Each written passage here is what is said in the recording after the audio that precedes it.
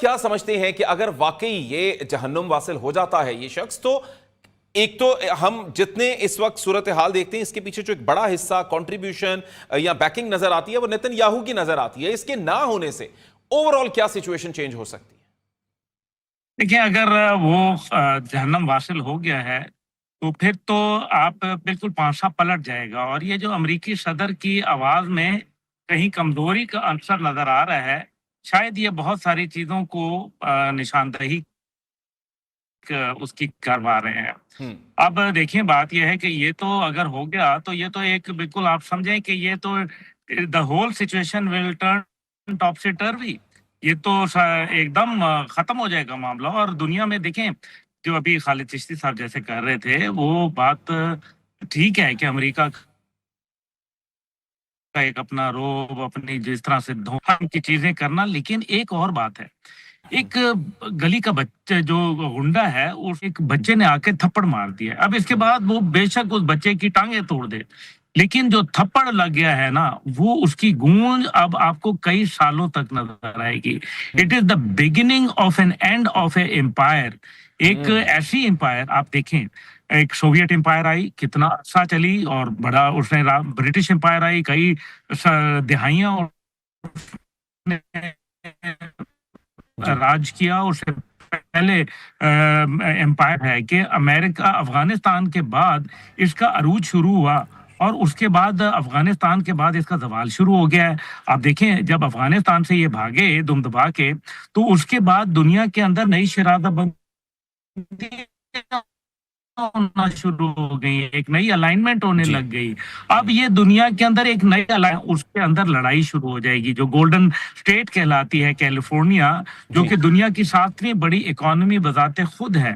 وہ یہ کہے گی کہ ہم کیوں امریکہ وار کے لیے، جو کہ ایک نان سینس وار ہے، ہم اس کے اندر کیوں اپنا پیسہ ضائع کریں. یہ وہ تمام چیزیں ہیں جہاں ہسپینک کلچر زیادہ ہے، جہاں اسپانوی زبان بولنے والے زیادہ ہیں. اور آج یہ یاد رکھیں کہ اسپین نے اپنی راہیں جدا کر لی ہیں امریکہ کے ساتھ، اور وہاں ہسپانوی نژاد لوگ بیٹھے ہوئے ہیں. تو پھر اس کا مطلب یہ ہے کہ وہاں ٹیریٹوریل لڑائیاں شروع ہوں گی، اور یہ شروع ہوں گی. یاد رکھیے، دنیا میں ظالم جو ہوتا ہے اس کی رسی دراز ضرور ہوتی ہے، لیکن جب اس کو کھینچا جاتا ہے تو وہ اوندھے منہ گر پڑتا ہے. اچھا عبداللہ صاحب، ایک اور جو چیز ہے، یہ ساری صورتحال میں ہم نے گلف سٹیٹس کو بھی دیکھا کہ جہاں پر امریکہ نے اپنے اڈے بنائے ہوئے تھے، بڑا ایک زوم کے ساتھ وہاں پر کھڑا تھا، لیکن اس کے بعد جو ان کے ساتھ حال ہوا. تو اب کیا سمجھتے ہیں یہ خلیجی ممالک کیا فیصلہ لے سکتے ہیں آنے والے دنوں میں، کیونکہ حقیقت تو اب ان پہ بھی عیاں ہو چکی؟ آپ نے بڑی اچھی بات کہی ہے. اس کے اندر دو باتیں ہیں. کیا خلیجی ممالک لیں گے فیصلہ، یا خلیجی ممالک میں رہنے والی عوام لے گی فیصلہ؟ کیونکہ لگتا یہ ہے کہ اب خلیجی ممالک کے اندر جو حکومتیں ہیں ان کو بھی بہت زیادہ زوال آنے والا ہے. اور اگر یہ زوال آیا، کیونکہ دیکھیں نا، جنہوں نے اسرائیل کو تسلیم کیا، جنہوں نے امریکہ کے ساتھ اپنی سلامتی، اپنی عزت، اپنی آزادی کا سودا کیا، جیسے دیکھیں نا، ابھی ایک ملک ہے ایران، اس نے یہ فیصلہ کر لیا ہے کہ ہم لڑ کے شہید ہو جائیں گے. بس چلو، بس پھر آپ جاؤ اس کو ہرا دو. جو خود جان دینا چاہتا ہے اس کو کیسے ہراؤ گے بھائی؟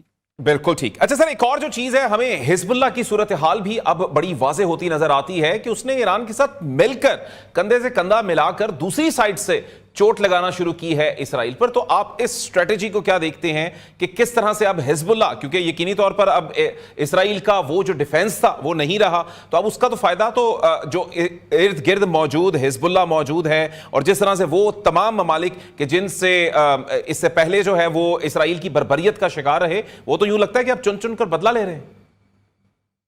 7 اکتوبر 2023 کو حماس نے حملہ کیا تھا. اس حماس کو تو ابھی تک اسرائیل قابو کر نہیں پایا.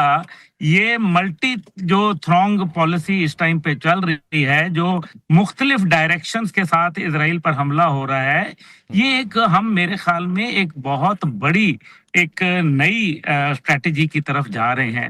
اور ایران کے جتنے بھی پراکسیز تھے، میں نے شروع میں جنگ کے یہ کہا تھا کہ ایران کے پراکسیز خطے کے اندر ایکٹیو ہو جائیں گے، جن کو انہوں نے کہا تھا کہ ہم نے ان کی پراکسیز प्रॉक्सीज खत्म कर दी हैं, लेकिन लगता यह है कि अब ईरान की प्रॉक्सीज जिंदा हुई हैं और वो तमाम फोर्सेस, अच्छा ये तो चलें सिर्फ ईरान की बात है ना और जी। हिजबुल्लाह की बात आप कर रहे हैं, लेकिन असल मसला ये है कि पूरी दुनिया के लोग जो एंटी अमेरिकन सोच रखते हैं वो ईरान के साथ आके खड़े हो गए हैं। आप देखें शिया सुन्नी का जो डिवाइड था वो आज खत्म हो रहा है। बिल्कुल। आज लोग शिया सुन्नी जो सुन्नी कौम जो है वो इस टाइम पे उनकी जुबिलिएशन कर रही है।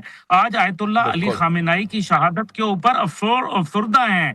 ठीक ये हो गया। बातें पहले, इसका बिल्कुल। मतलब यह है कि वो जैसे है ना कि मुसलमान को मुसलमान कर दिया यलगारे मगरिब ने, तो ये जी, देख लें ये वो बिल्कुल वक्त आ ऐसे। गया है। बिल्कुल ठीक है। अच्छा, एक दफ़ा फिर से खालिद चिश्ती साहब से हमारा राब्ता हुआ है। खालिद चिश्ती साहब, सर इससे पहले यही सवाल मैं अब्दुल्ला साहब से भी कर रहा था और यही सर आपसे भी कि सर जिस तरह से आप देखते हैं कि ये नेतन्याहू के हवाले से बहुत सी खबरें सामने आती हैं, तो आज से हमने शुरू से जब से हमें वीडियोस नज़र आना शुरू हुई नेतन्याहू की, वो 1990 की दिहाई या शायद उससे भी पहले की थी, कि उसी ने यूं लगता है कि ये सब फसाद क्रिएट करके रखा हुआ था। अगर वो ही एलिमिनेट हो जाता है सारी सूरत हाल में, तो क्या फर्क पड़ेगा ओवरऑल सिचुएशन? देखिए क्यानी साहब, बहुत फर्क पड़ता है क्योंकि लीडर पे डिपेंडेंट होता है कि वो एक कौम को किस तरफ डाइवर्ट करता है, क्योंकि लीडर एक डायरेक्शन देता है, एक होप देता है, पॉजिटिव और नेगेटिव, और ऑब्वियसली जैसे मैंने कहा कि एक बॉन्डेज भी होती है। आयतुल्ला खामेनाई का रोल देख लें ईरान की शक्ल में, कहाँ वो अपनी मिलिट्री को, अपने लोगों को कहाँ छोड़कर गए और वो रेजिस्टेंस उनके जाने के बाद भी किस तरह कायम है। जी बहुत शुक्रिया क्यानी साहब, आपने इनवाइट किया। देखिए ये जो जंग होती है इसमें कहते हैं कि पहली कैजुअलिटी जो है वो सच होती है, यानी कि सबसे पहले तो सच एलिमिनेट हो जाता है जंग से, क्योंकि वॉर दो कन्फ्लिक्टिंग राय या ओपिनियन होती हैं तो जाहिर है वो फोर्स के जरिए दोनों मुल्क या इससे ज्यादा मुल्क जो इकट्ठे होते हैं वो अपना फैसला दूसरे पर सब्त करना चाहते हैं, जिसकी वजह से दोनों की अपनी अपनी परसेप्शन होती है। और आपने बिल्कुल ठीक कहा, जब आप सोशल मीडिया या इस तरह खोलते हैं तो आपको अंदाजा नहीं हो पाता कि क्या हो रहा है।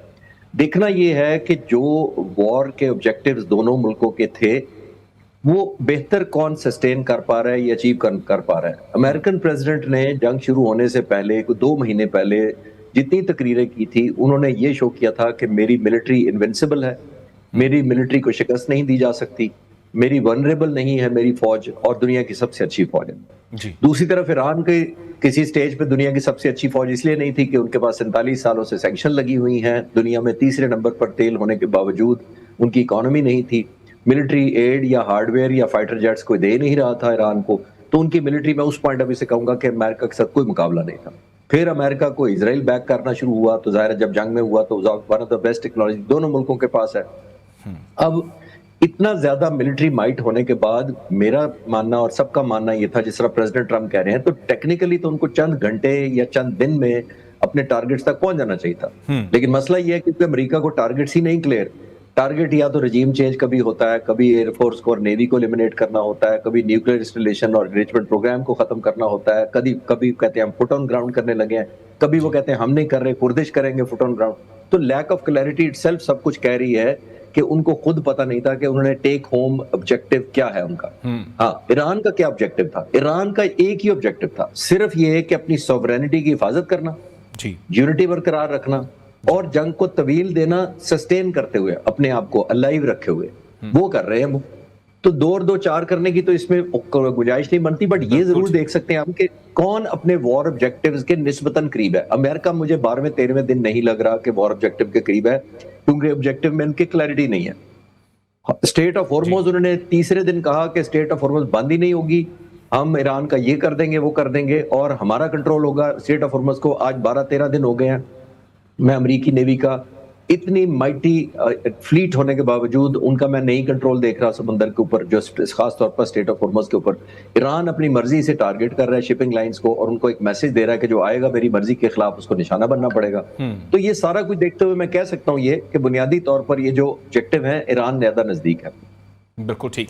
अच्छा, एक और जो चीज हमें नजर आती है कि जो हमने एक मिथ थी सुपर पावर के हवाले से, ममालिक डरते थे, बहुत कुछ रजीम चेंज हो जाता था, अमेरिका सिर्फ इशारा करता था, तो ये जो अब सूरत हाल बनी है, ईरान ने जिस तरह से रिटेलिएट किया है और जितने बड़े पैमाने पर रिटेलिएट किया है, तो आप क्या समझते हैं अमेरिका का आने वाले दौर में इस वक्त दुनिया में रोल क्या रह जाएगा?